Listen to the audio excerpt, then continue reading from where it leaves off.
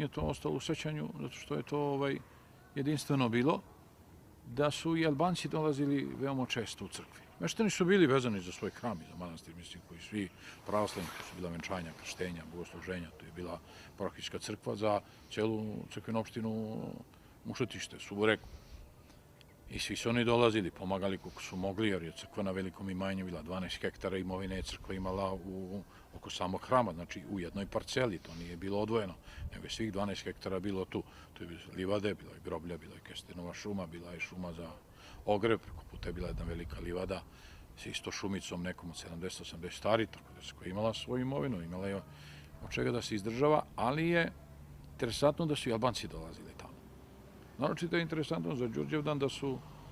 dolazili da donesu, to mi je ostalo u sećanju, u kešici jednoj, malo mekinje, neko trice, neku kukuruznu hranu, stočnu hranu, flašicu vodi, neko grajanje, onda donesu u crkvu, uoči Đurđevdana otvorimo crkvena vrata, portu, oni to donesu ispred samog hrama, kad se vrši liturgija, na Đurđevdan vrši se i bogosluženje i osvećenje te soli i te hrane koje se daje stoci, oni dođu, to postoje i odnesu i svojim kućama. Dolazili su u Bogomolju, tu da se mole Bogu i da donose te neke žrtve, jer su bili, jednostavno, to je bila jedina crkva i jedina Bogomolja koja je postojala. Znali su da je veoma stara, da su tu zaštitnik